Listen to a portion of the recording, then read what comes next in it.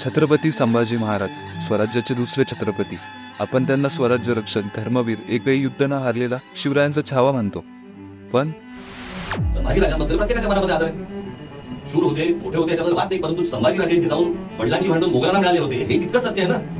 ज्यांच्या विरोधात लढण्यात महाराजांची हयात गेली त्यांना जाऊन तुम्ही मिळालात हे सत्यच आहे ना. संभाजी महाराजांना राज्यपुरवा म्हणण्यापर्यंत सावरकरांची मदत केली. शिवाजी महाराजांच्या पत्नी सोयराबाई यांची हत्या शिवाजी महाराजांचे पुत्र संभाजी महाराज यांनी केली होती असं Renaissance state the unwritten story of making of Maharashtra या पुस्तकात लिहिलं आहे.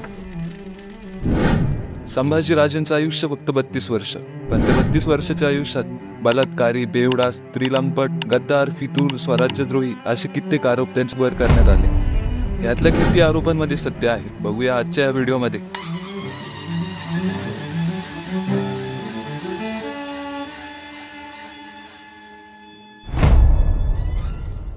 संभाजी महाराजांच्या मृत्यूच्या 122 वर्षांनंतर एक बखर लिहिली जाते. बखरीत असं लिहिले आहे की एक दिवशी संभाजी महाराजांनी रायगडावर एका सुंदर स्त्रीवर बलात्कार केला आणि शिवराय शिक्षा करतील या भीतीने ते दिलेर खानाला जाऊन मिळाले. ही बखर मल्हार रामराव चिटणीसांनी लिहिली आहे. खरं तर हे सगळं काल्पनिक आणि खोटं आहे, यात काहीच सत्य नाही. कारण चिटणीसांनी सांगितलेली ही घटना जेव्हा घडली तेव्हा संभाजीराजे रायगडावर नव्हतेच.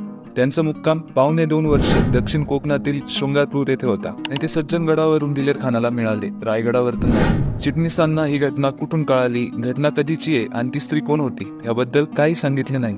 खरं तर चिटणीसांचे खापर पंजोबा बाळाजी औजी चिटणीसांना संभाजी महाराजांनी राजद्रोहाची शिक्षा म्हणून हत्तीच्या पायाखाली दिले होते.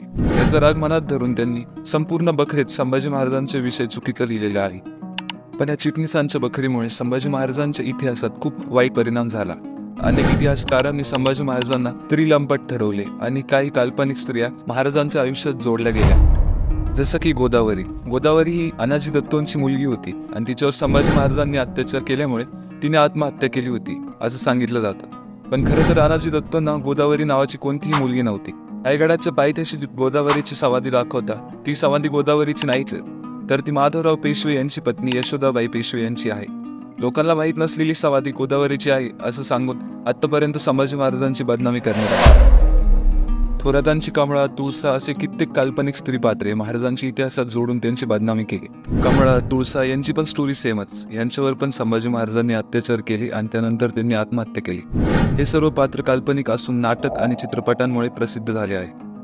विषय इथंच थांबत नाही. शंभूराजांची बदनामी करण्यासाठी नाटक आणि बखरकारांनी असा इतिहास बनवला की जेव्हा औरंगजेबाने शंभूराजांना कैद केले होते तेव्हा औरंगजेबाने शंभूराजांना इस्लाम कबूल करायला लावलं होतं. तेव्हा शंभूराजांनी इस्लाम कबूल करण्याच्या बदल्यात त्याच्या मुलीशी लग्न करायची अट ठेवली होती असा खोटा इतिहास तयार करून पसरवण्यात आला. यानंतर 1925ला विनायक दामोदर सावरकर यांनी एक पुस्तक प्रकाशित केले, ते म्हणजे हिंदुपत पातशाही. यामध्ये असं काही लिहिलेलं आहे: Sambhaji had a bad temper, excessive indulgence in drinking and debauchery. म्हणजे संभाजी महाराजांना लवकर राग यायचा आणि त्यांना दारू पिण्याची खूप सवय होती. यानंतर गोळवळकर त्यांच्या बंच ऑफ थॉट या पुस्तकामध्ये संभाजी महाराजांबद्दल काय लिहितं ते पहा. Sambhaji was addicted to woman and wine. याचा अर्थ म्हणजे संभाजी महाराज यांना स्त्रिया आणि दारूचं व्यसन होते. सावरकर आणि गोळवळकर यांनी लिहिलेलं हे खरं आहे का? तर नाही. शिवाजी महाराजांसारखेच शंभूराजे सुद्धा निर्व्यसनी होते. शंभूराजांनी जेव्हा गोव्यात पोर्तुगीजांना हरवले होते तेव्हा त्यांनी शंभूराजांसोबत तह केलं होतं. तहात 2 पिंप दारू देण्याचा करार झाला होता. ही 2 पिंप दारू तोफेची होती, पिण्याची नाही. तर आपल्या इथल्या इतिहासकारांनी ती प्यायची दारू आहे असं सांगून संभाजी महाराज दारुडे आहे, व्यसनी आहे असं खोटे इतिहास पसरवत राहिले. सावरकरांना पण नंतर खरा इतिहास काय आहे हे समजले असेल, म्हणून श्री पु गोखले यांच्या सावरकरांशी सुसंवाद ह्या पुस्तकात सावरकर असे म्हणतात की हे जे धैर्य आणि शौर्य राजांनी दाखवले ते काही एखाद्या गोम्या गणेशाचे काम नाही, हे विसरू नको. संभाजी जर दारुडा आणि इतिहासात आपण वाचतो तितकं स्त्रीलंपट असता तर हे धैर्य त्यांनी दाखवले असते असे वाटत नाही. यानंतर लोकसत्ताचे संपादक गिरीश कुबेर यांच्या रेनेसॉन्स स्टेट या पुस्तकात असं म्हटलं आहे की सोयराबाई यांची हत्या संभाजी महाराजांनीच केली आहे. या पुस्तकात नेमकी काय लिहिलेलं आहे ते तुम्ही पॉज करून बघू शकता. तुम्हाला काय वाटतं ह्या गोष्टीत किती सत्य आहे? खरं तर हे पुस्तक लिहिण्यासाठी गिरीश कुबेरांनी चिटणीसांच्या बखरीचा पुरावा म्हणून वापर केला होता. यावरून आपण समजू शकतो की या घटनेत किती सत्य आहे. चिटणीसांच्या बखरीत असं लिहिलं आहे की जेव्हा शिवाजी महाराजांचा मृत्यू झाला होता तेव्हाच संभाजी महाराजांनी सोयराबाई यांची हत्या केली होती. पण पुरावे तर काही वेगळंच सांगतायत. इंग्रजांचे कागदपत्र त्याचा उल्लेख आहे की 8 सप्टेंबर 1681ला मुंबईकर इंग्रज लिहितात, संभाजी विरुद्ध केलेला कट अकबराशी संगनमत करण्यात जे कट वाले होते त्यात मुख्य आनाजी पंडित, राजा रामाची आई व हिरोजी फर्जंद होते, परंतु अकबर त्यात सामील झाला नाही. म्हणजे 1681च्या सप्टेंबर महिन्यापर्यंत सोयराबाई जिवंत होत्या. पुढे 27 ऑक्टोबर 1681च्या इंग्रजांच्याच पत्रात सोयराबाईंच्या मृत्यूचा उल्लेख सापडतो. त्यात असं लिहिलेलं आहे की राजा रामाची आई मेली. बातमी अशी आहे की संभाजीच्याच आज्ञेने तिला विष घातले. नंतर इंग्रजांच्याच पुढच्या काही पत्रात या चुकीच्या बातमीची दुरुस्ती केली आहे. पत्रात असं लिहिले आहे की राजा रामाच्या आईचा मृत्यू इतर कारणांमुळे झाला आहे, विषप्रयोगाने नाही. यावरूनच आपण समजू शकतो की चिटणीसांची बखर आणि गिरीश कुबेरांच्या पुस्तकात किती सत्य इतिहास लिहिलेला आहे. यानंतर 13 डिसेंबर 1678ला संभाजी महाराज दिलेर खानाला जाऊन मिळाले. यामुळे भरपूर इतिहासकार संभाजी महाराजांना फितूर, गद्दार, स्वराज्यद्रोही असं बोलून त्यांची बदनामी करतात. इतिहासकार व लेखक नामदेवराव जाधव त्यांचं पुस्तक गनिमी कावा यामध्ये या घटनेविषयी डिटेलमध्ये माहिती सांगितली आहे.